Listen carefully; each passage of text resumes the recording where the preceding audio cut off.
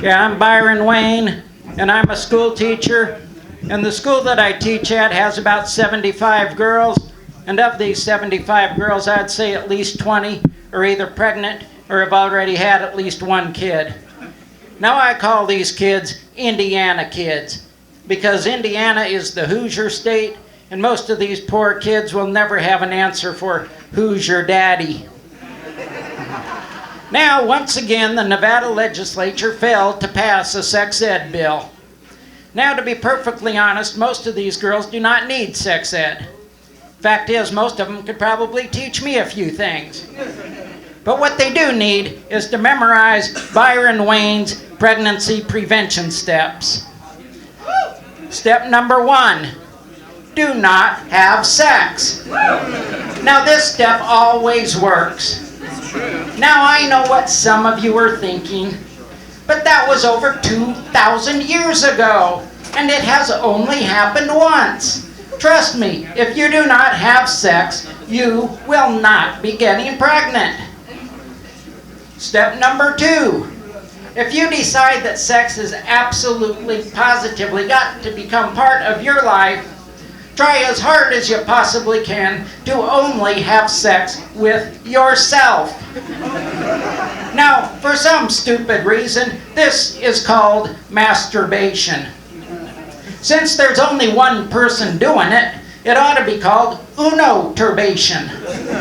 Masturbation sounds like a large gathering of people all meeting at the same time and the same place to unoturbate together.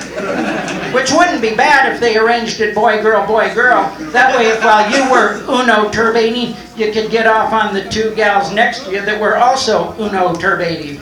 Oh, she's digging those good vibrations. It's giving her excitation. Good vibrations. Brrr. Okay, so much for my sick fantasies. Back to preventing teenagers from getting pregnant. Okay, step numbers 1 and 2, leaving you a bit lonely. Need another person to share your love. Try as hard as you possibly can to make sure that person is another girl. Step number 4. If you decide that you definitely have to have sex with a boy, do not remove any clothing. This is referred to as dry humping. But if done correctly, it can lead to a very pleasurable creaming of the jeans by both participants. Now, if you decide that you must have sex with a naked boy, use your hand. Step number 6. If you decide that a penis has got to be inserted into your body, remember, you have 3 holes. 1, 2, and 3. Do not use hole number 1. And when it comes to 3, remember, practice makes perfect. And step number 7.